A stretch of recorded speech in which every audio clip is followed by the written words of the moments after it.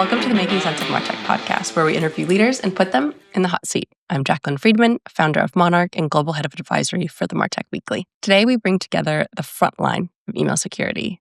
One person building infrastructure and the other person defending it. We'll dig into the bot explosion, the ethics of free email, and what happens when verification systems get weaponized. So let's start us off by meeting our guests. We have Mariska and Jakub. Hello. Well, welcome. Thank you for being here. Thank you for having me. Of course. And so a little bit of an introduction about them and their work. So Mariska Calabrese is a senior manager of information security at Beehiiv, which, for those who don't know, that is a spin-off company from The Morning Brew. She's also the co-chair of the MOG brand SIG. And previously, she worked at Outreach and Smartsheet. She brings expertise in cybersecurity, email abuse prevention, and integrating anti-abuse into product strategy. Pretty impressive. Then Jakub. Jakub Alexa is the founder and CEO of Mailkit and Omnivery, with over 20 years in the email infrastructure. He's also a co-chair of MOG. He leads development on tools like bot detection API and champions shared intelligence for combating abuse. Thank you again for being here, and I'm excited to dive in with a couple of rapid fire questions. How are we feeling? We ready? I'm ready. Let's go. All right. What has been your absolute worst unsubscribe experience? Dell. Ooh. Dell Yeah. is a nightmare. I think it was 17 steps of questionnaires and it wasn't honored. I went through that like 3 times. Oh, no. And then I reached out to Adobe to, guys, just get me off that list. Whatever you do, just get me off that list. That sounds highly illegal on their end. Yes.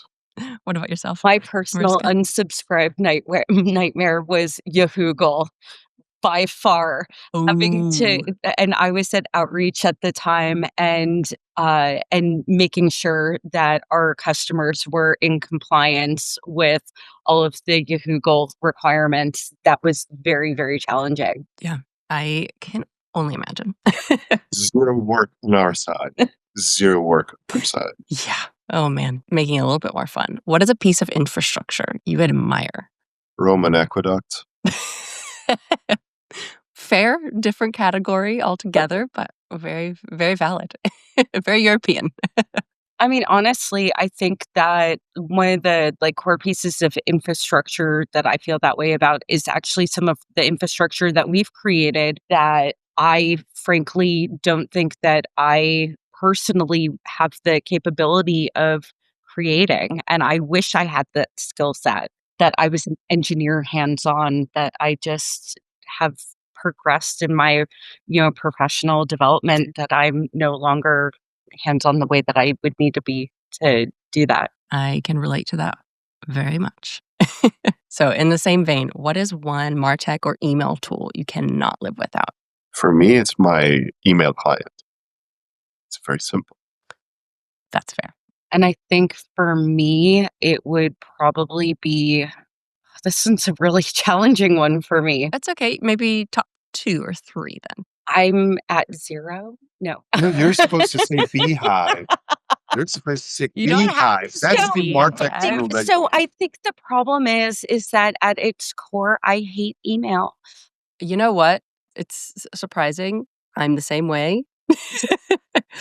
I don't subscribe to anything. I have burner accounts so that I'm subscribed that I never check into unless I need a discount.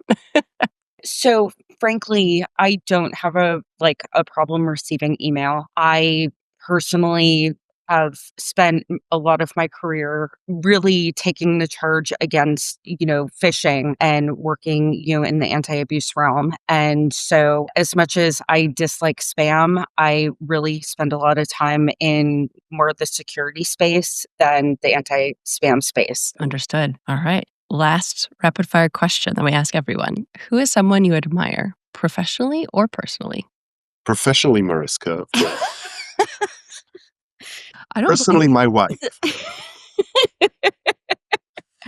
Professionally, Jakub. And I would Too easy. Too easy.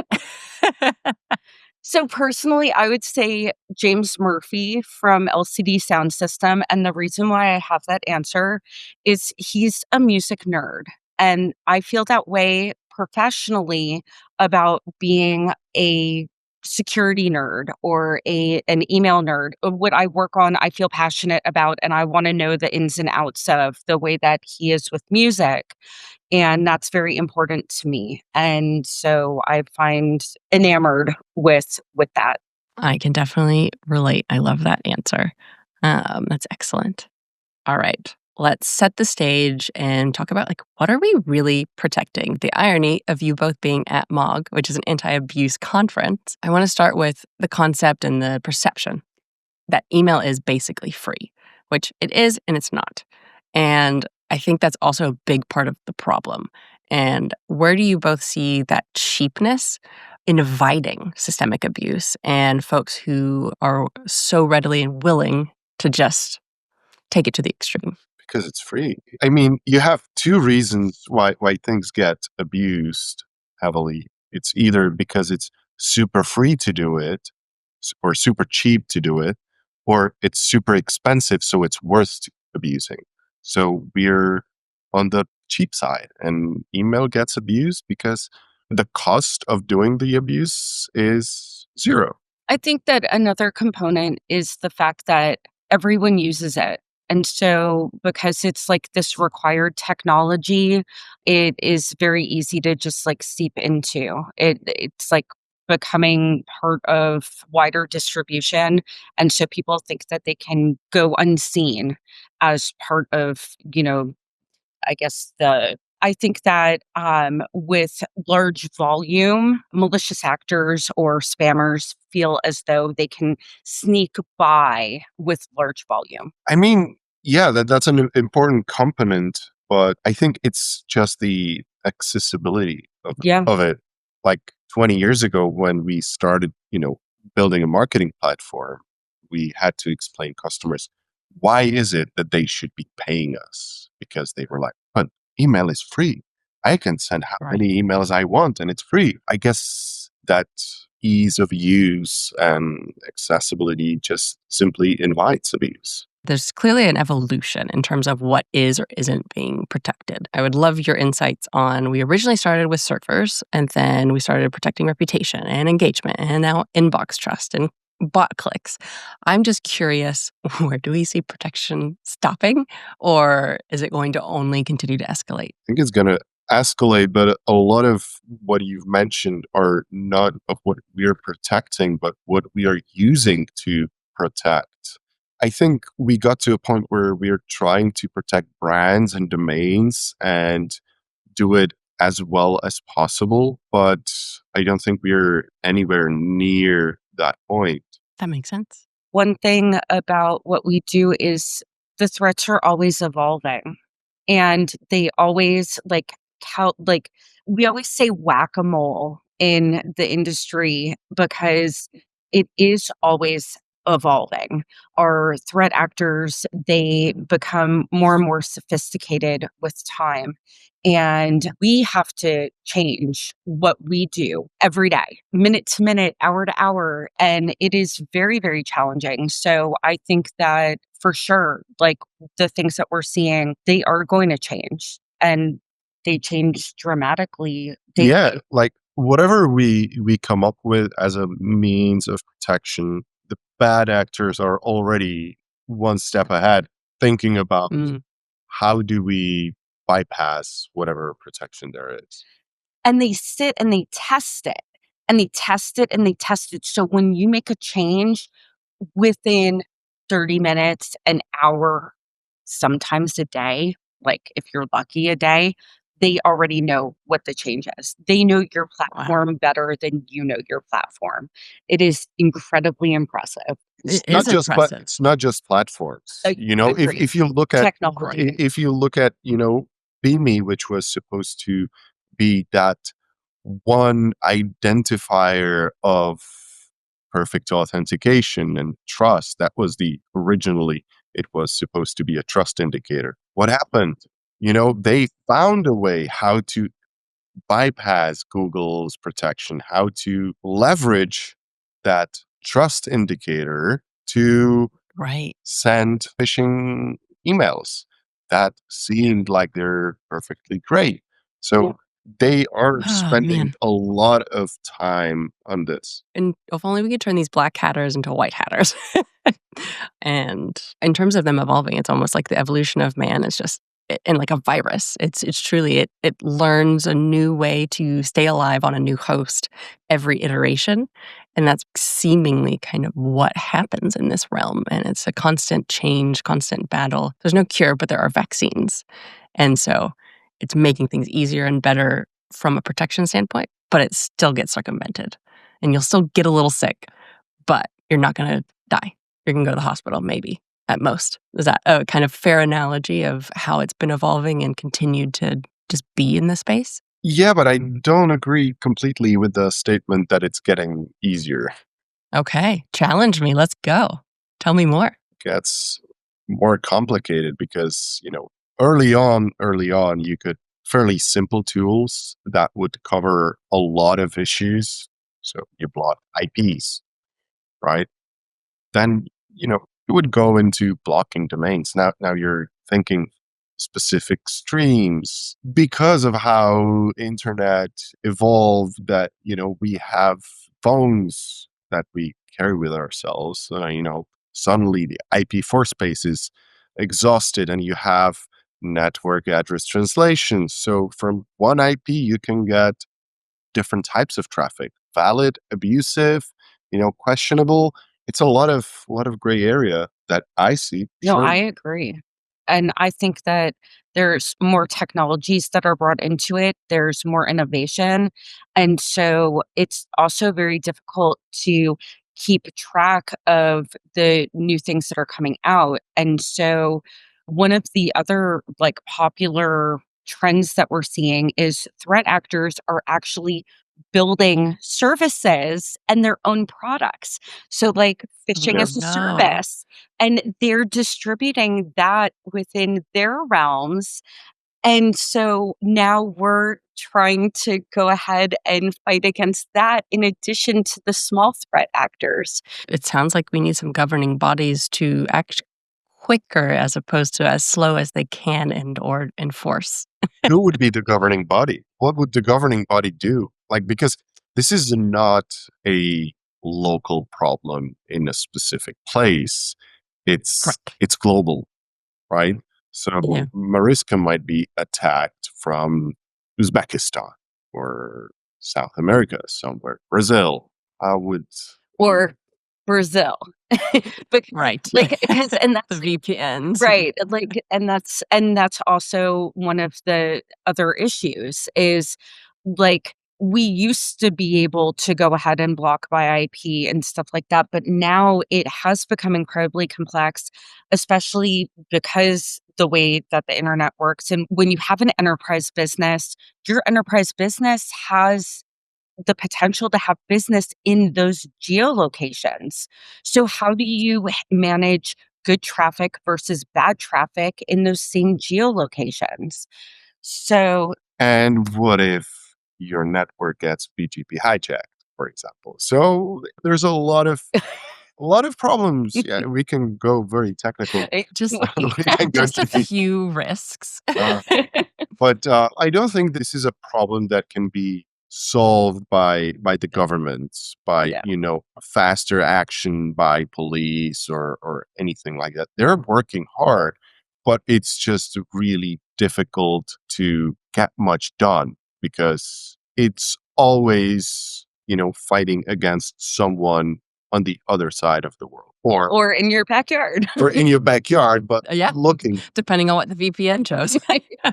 It doesn't even have That to be makes a sense. VPN. Oh, It could be your kid that's in the good. bedroom next door. I mean, like, That's true. You're right. The call can sometimes be coming from inside the house. Yeah. We mentioned a few things here and there in terms of the invisible architecture to those who are not technical and understand all of these dynamics and the complexity. If there was a takeaway for those who are much more on the non-technical marketing side, for example, and they are actually trying to do the right things, not, the really bad spam and abuse and phishing attempts, what advice would you give, or what would you like folks to understand and know as it relates to for what could seem magical to those who don't understand it? I think that my biggest piece of advice, and this is probably a little off base with exactly what your question is, but I don't think that we say it enough. And I'm going to use this forum as the opportunity to say it. If you don't recognize the email, don't engage with it at all. Don't touch it. Don't hit unsubscribe. Don't click on it. Don't respond to it. Do nothing with it. End of story. Delete it. End of day. Move on. Have your morning coffee. And that's it. I love it. I'm a report to spam and then. Yes. I mean, in my opinion, what marketers need to know is that email is hard, that it's It is. not as simple as they think. I think most email marketers know that in marketing operations and MarTech professionals, but the perception outside of that, for sure. I'm not convinced about that. They understand Okay. that it's hard to have good results, but on the technical side and on a lot of levels, this is hard. It's not like, hey, I can send an email to my mom, so I understand email. No, it's very complicated. And when your provider tells you that you should do something, even if it's optional, you should do it. Yeah. Right? We should Because get ahead of it. a lot of times for business purposes, stuff is optional, right? Just to remove friction during onboarding, etc. There will come a time when that will become suddenly very much required. That was the Yahoo situation. Yeah. Like, we haven't had a problem because all of what Yahoo and Google started requiring, we enforced for years. Those were standards that were around for 2 decades. So why not enforce them? We enforced it. Our customers didn't even know that there's something like Yahoo. Yeah. So when things go wrong, it's almost a consequence of your own inactions, oftentimes. Well, there's a reason why we establish best practices. And they really are best practices for a reason. And investing in those best practices are meaningful. And they really are meaningful. And I think that the other takeaway for me is that everything with email it requires abstract thinking. Correct. It is very difficult for somebody who wants to think about things in a very binary fashion getting into email, because everything with email is complicated. Very rarely is there a yes or no answer to something. There is from a, 250 okay perspective.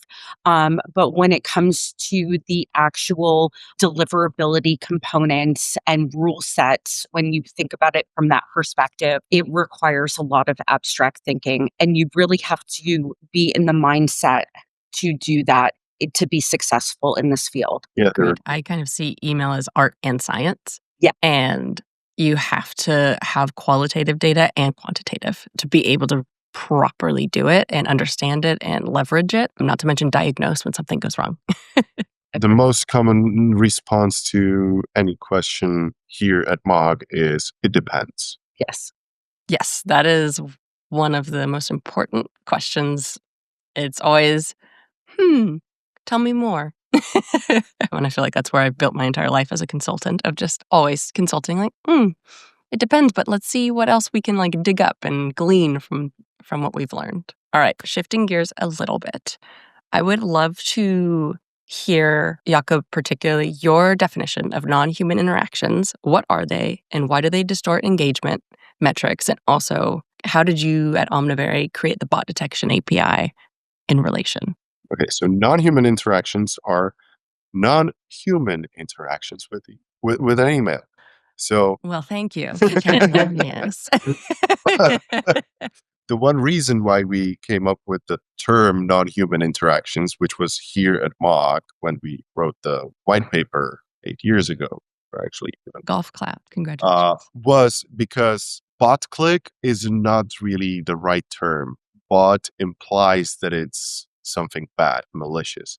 Non-human interactions are often security systems, are the good guys scanning emails, following the links, which results in interactions that don't really represent the human should have clicked and is the final recipient of the message, but it was simply a device or a spam filter or any security component on the way of delivery. But it's not just security. Of course, there are malicious ones that we should call bots or fully automated bots that, are crawlers indexing the content of emails. So there are many types of these non-human interactions or many sources of non-human interactions. Some are malicious, some are not. So really it's an umbrella term, and at some point, hopefully, if not already, we can really break down of those differences that you'd identified. So everything from security to crawlers to actual humans and separate them out. Is that kind of a fair assessment of that particular It's naming certainly convention? not a goal, because the information that we provide in our API it's bought or not, right? To simplify it. I like it. Binary, very, very binary. I feel like you're like the Paris Hilton, bought or not.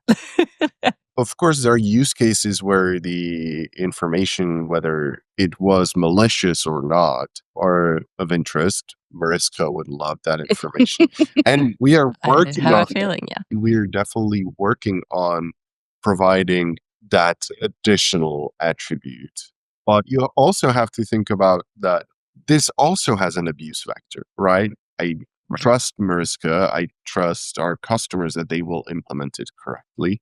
But we always have to think about the abuse vector that it brings. Like, what if a spammer gets a hold of this information? What if a fisher gets hold of this information? What if we provide that information to Beehiiv and Beehiiv surfaces it somehow, somewhere? Can that help the bad actors?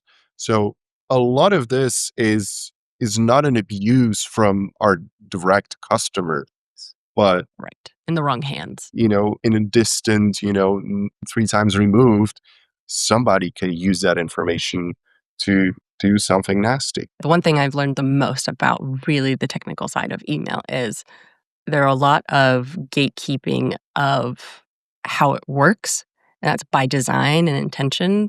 Otherwise, those bad actors can learn quicker than they already do. Is that a fair assessment? Yeah, to some extent, for sure. But again, email is open, right? It's an open standard. Right. It's what ISPs are doing is their secret, right? So yeah, to some extent, they don't want to tell even people they trust what they're doing. Just like Mariska wouldn't publish an FAQ about their internal limits so the bad actors can bypass them.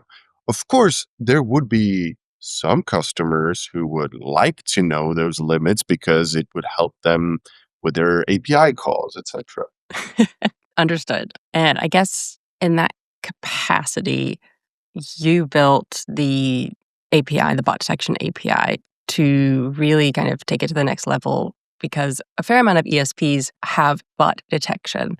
And I've come to learn it's not really all that accurate or excellent. And so I'm curious what you're willing to disclose, the difference of what you guys have created and what should be the standard here. Okay, so we use a lot of data sources. We don't do heuristic guesswork whether this seems like a bot, so it's a bot. No, we have to Could you share what that entails at an ESP? Like, what would they consider a bot? Often this could be some predictive model. We have seen too many interactions from a certain IP address, so it cannot be human just because we got 1,000 clicks from this IP. It's gotta be a bot. Well, not surprisingly, there are IPs that function as a gateway for a massive corporation with 50,000 employees, and then 1,000 clicks is nothing, right? So Right. So there's a lot of false positives. That leads to a lot of false positives, and we hate those. Understandably, you want to have confidence that there at least is accuracy to what you're perceiving from your reporting, your metrics, to really understand the health of your program. Yes, but also from my perspective, in this case, false positives cause more harm than false negatives, right? Because Interesting. if you misclassify a human, that human can speak up. Like, hey, you stopped sending me emails. And, I really loved your emails, but you stopped sending me emails, or you didn't send me my confirmation email, whatever the outcome might be. But there's a voice, there's a human who will be unhappy. If it's a false negative, okay, an extra email has been sent. So what? Right. Yeah, it's a tricky balance. And also, there's, of course, economic tension here between ESPs and as a result, their customers really protecting them as much as possible versus really just the high level economic component of just trying to increase revenue. And it's multifold. That's at the high level platform, but also the customer base. And particularly, Mariska, I'm curious, like, how do you think we move beyond this like short term thinking of only focus on revenue? We don't need to invest in all of these additional protections, or we can build it ourselves when maybe those folks don't actually have the technical skill set to do so as much as they research because this information isn't as public. So we utilize their technology for a couple different reasons, but the first of which was we felt it was really important to elevate actual verified human behavior to our customers. So they didn't have this false sense of engagement with their newsletters, right? So they would receive click tracking engagement that was super overinflated because of a lot of different reasons, right? In addition to that, we also have a lot of monetization tools on our platform that include ads and boosts, and those things tend to be abused on our platform. And so it was a perfect opportunity for us to go ahead and elevate verified human traffic while also mitigating abuse of advertising, abuse of boosts by actually looking at human engagement instead of just engagement with these clicks. And that was very important to us. It was important for us to be honest with our customers and for them to get a better idea, because I think at the end of the day, when it comes to understanding your audience and deliverability, understanding clicking is just as important. We, as an industry, as the email industry, started moving away from opens a long time ago. You can use it as, yes, a general like understanding for a signal as to whether or not your campaign was successful. But when you start using a call to action, and then you can't measure the call to action accurately because of inflated clicks, because of non human components, what are you really measuring? And so I think it is important to use a product like what you've designed for anti abuse, but also for email marketers or for products like ours to be honest with our customers or to be honest as senders what our audience is doing.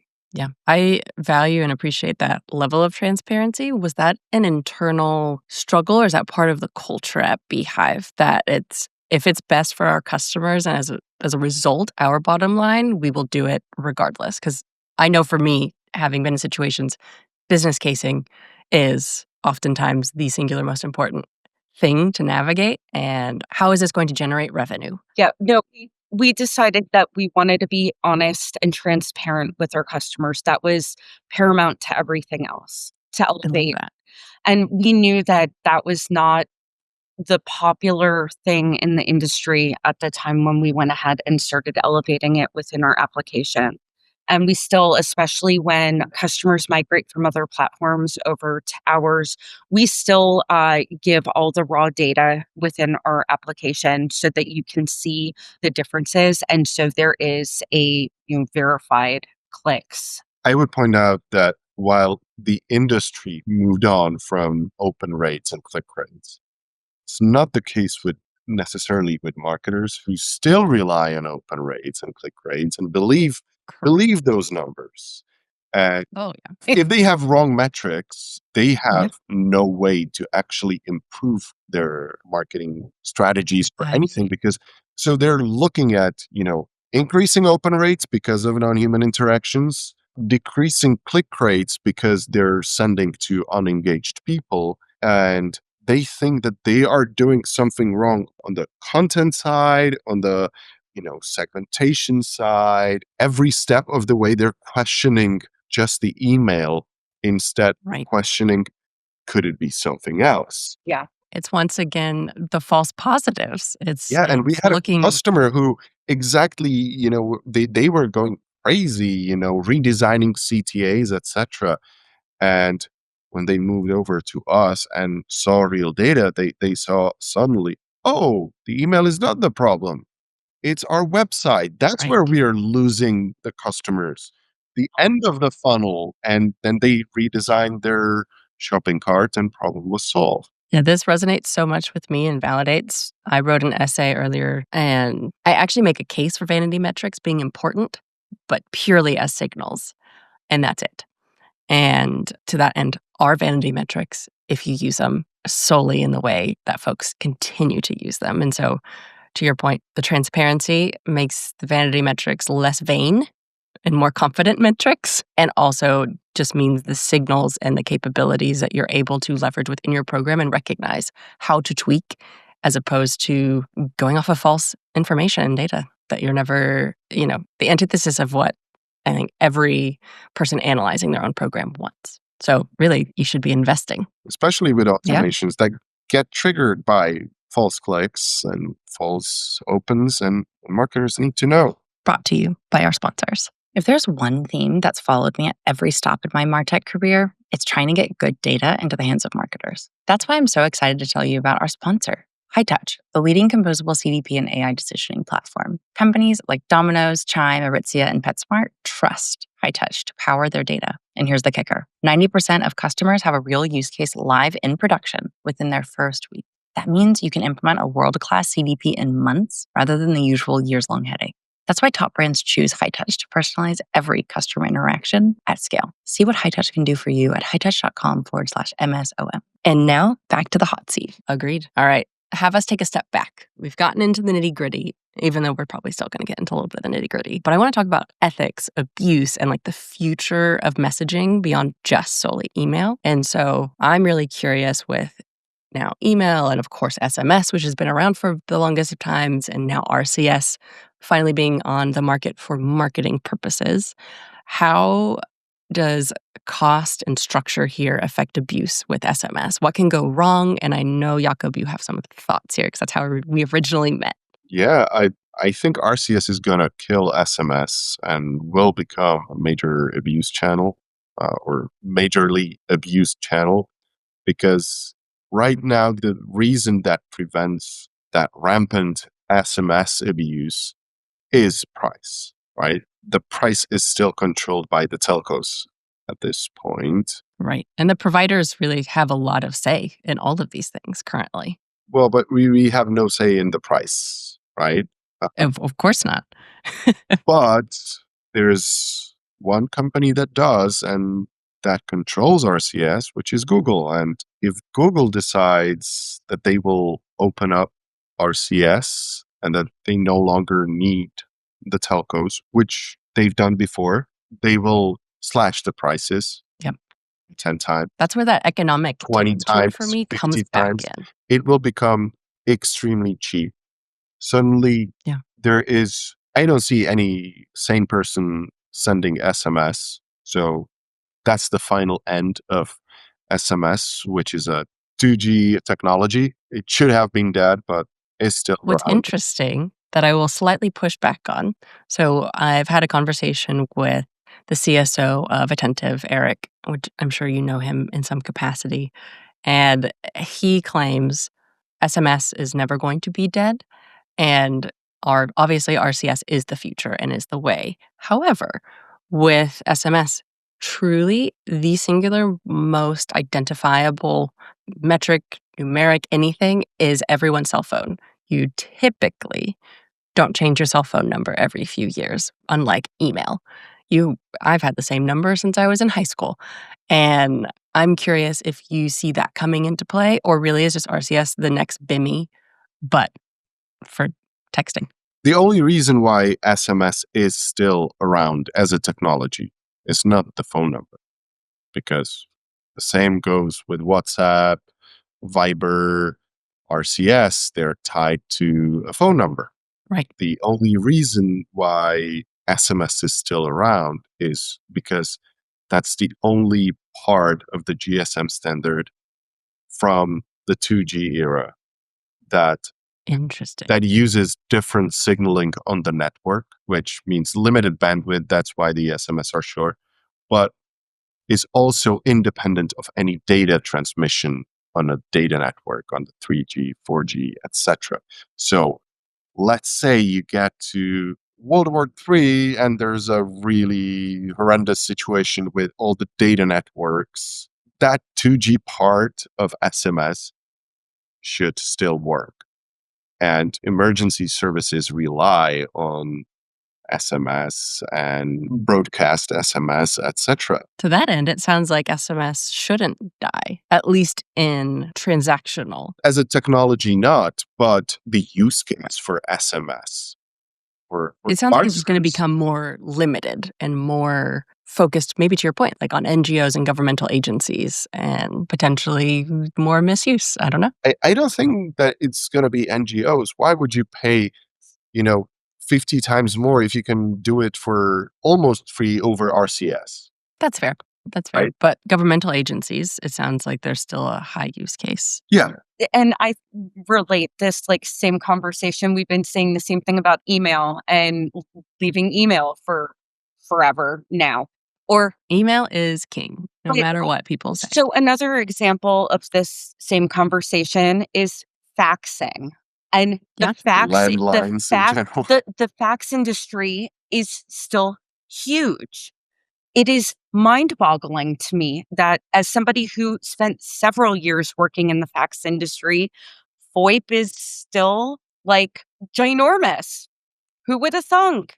But here we are. It's 2025, and it's still a really big thing. There are a lot of industries that still rely on it. What is the kind of stopping point?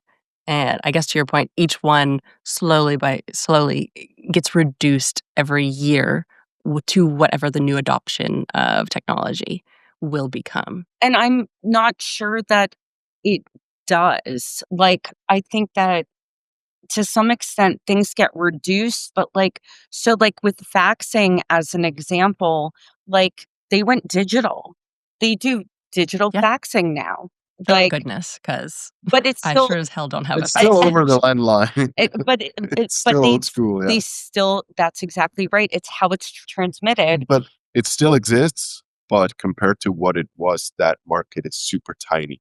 And it's the same if you really look at SMS 15 years ago, every telco would publish on the 1st or 2nd of January, they would have a press release about how many SMS messages went out on the New Year's Eve. How robust. New Year's Eve of all times. Yeah, Okay. because that's the moment when people send each other SMS and it's like, hey, Happy New Year. Yeah. Right? So that was their peak moment every year, and they would have a press release. I haven't seen such a press release in 15 years because people moved on. You use probably iMessage, WhatsApp, Viber, now RCS. There's so many Facebook messengers. Yep. I don't know. TikTok probably has something. Discord.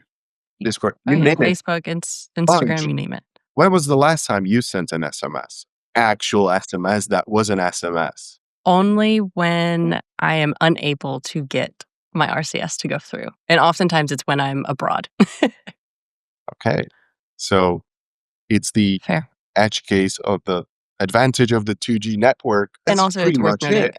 I had to send SMS up until Apple's adoption of RCS Yeah. recently in the past year and a half or so.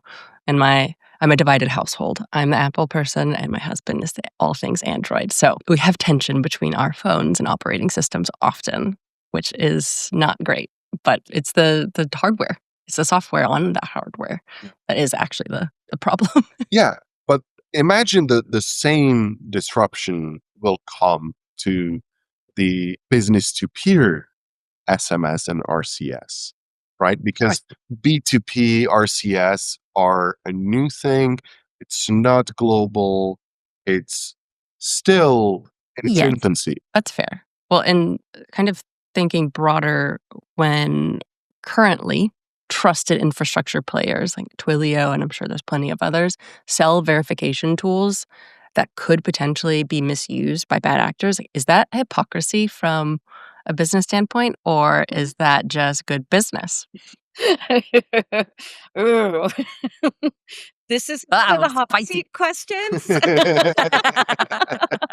I think that this is like one of those ethical dividing questions. I like in terms of there are questions in the industry about the ethics behind the products that we produce and who like are we willing to sell them to anyone, or are you going to vet your customers? What does that look like? There are some companies, especially at Mog, that are very minded as to who exactly they will sell their products to. And that is absolutely, I think, the right way to treat those types of products. I don't think that necessarily having products like this available to everyone is great, but simultaneously, when you look at email validation as an example, that can even be misused by everybody. We see that by spammers all the time. But then again, email validation services aren't created equally. Some of the different companies that provide the services are higher quality and provide better. Let's name some names. We're on the hot seat. No, thank you.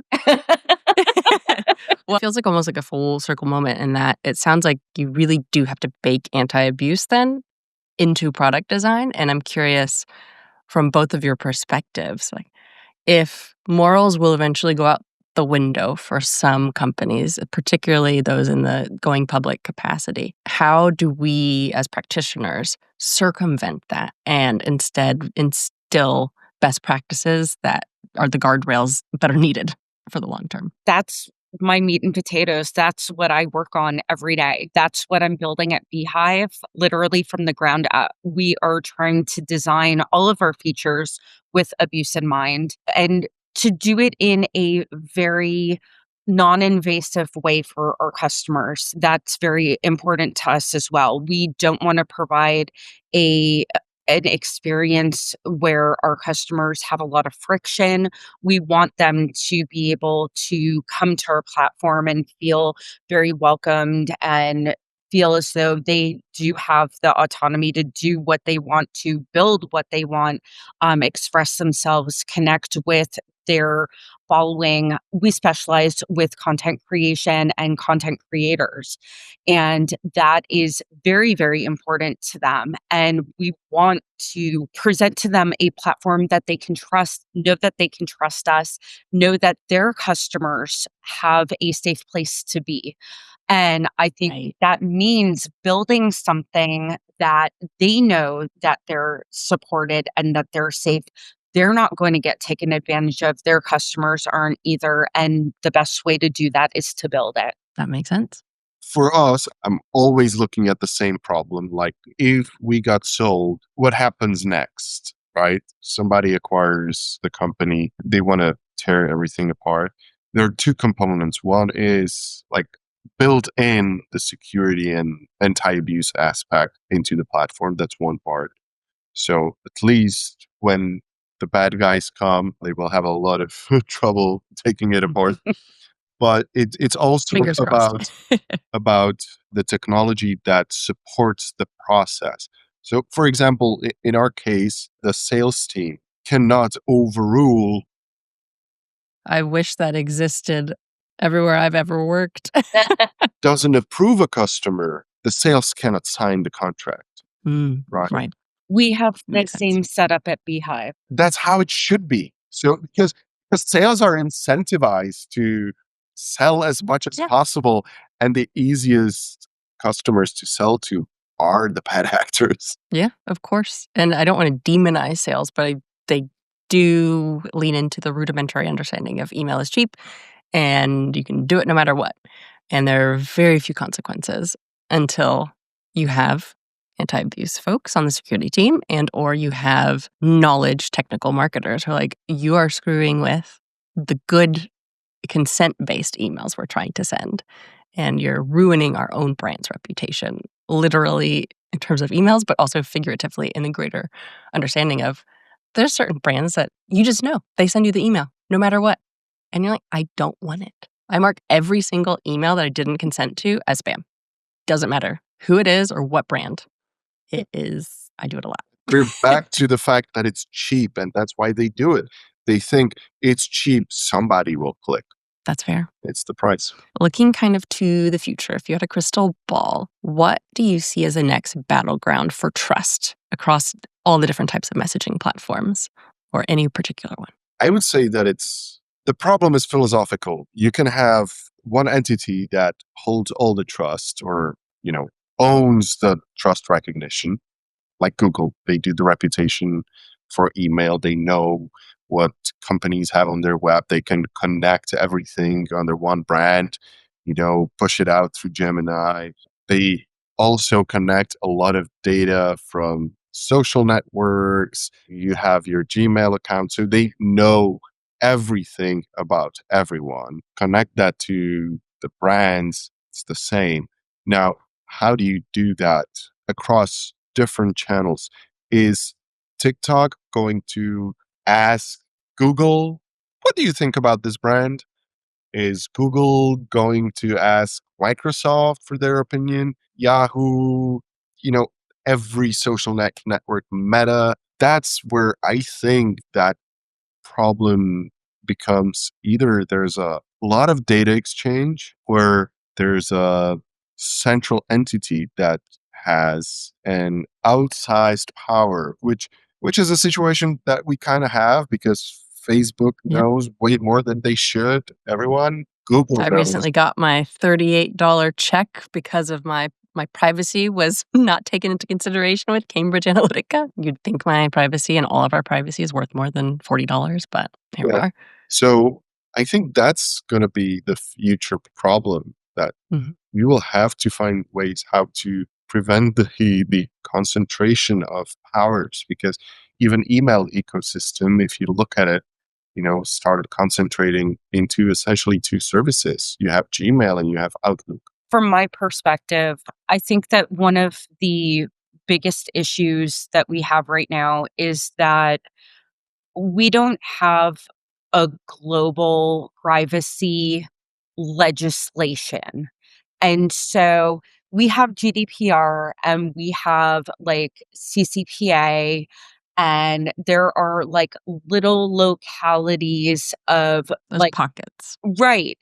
But the problem is, the inherent problem for a lot of organizations is that there are carve-outs that make it so that, one, organizations don't know that they are supposed to be following these guidelines or these rules, or two, they choose not to do it entirely, or three, it's really difficult to manage.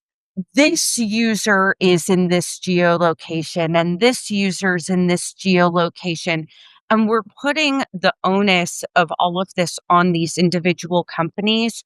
Whereas if we just had one baseline, you can't do this, it would be so much more so simple. But we don't do that. Not that there is a simple, there's no oh, here, there's internet rules.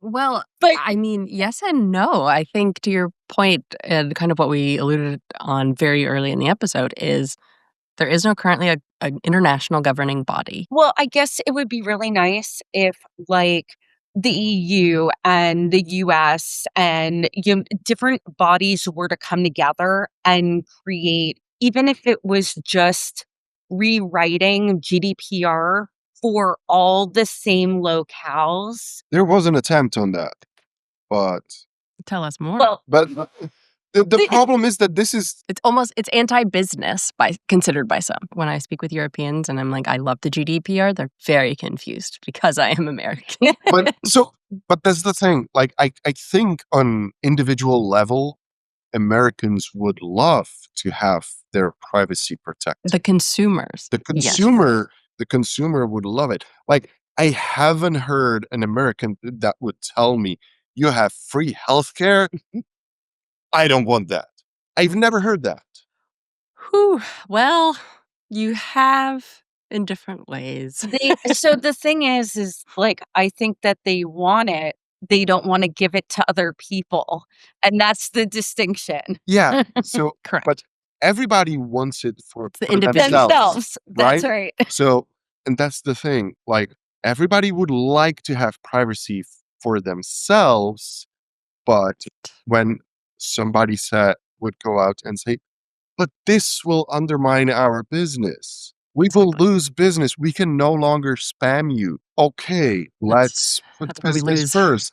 And, you know, it's funny that now America, or I hear often Americans talking about, oh, if only we had GDPR that, you know, would reduce the amount of spam and, you know, we could use some legal tools to fight the bad actors, etc. I say that for sure. So 20 years ago in Europe, we had laws individually that preceded GDPR, which were very strict. And the European spammers were always saying, it's okay. I sent it based on canned spam. Oh, no. So we are the problem. I'm not saying that you are the problem, but I said it is certainly not Mariska.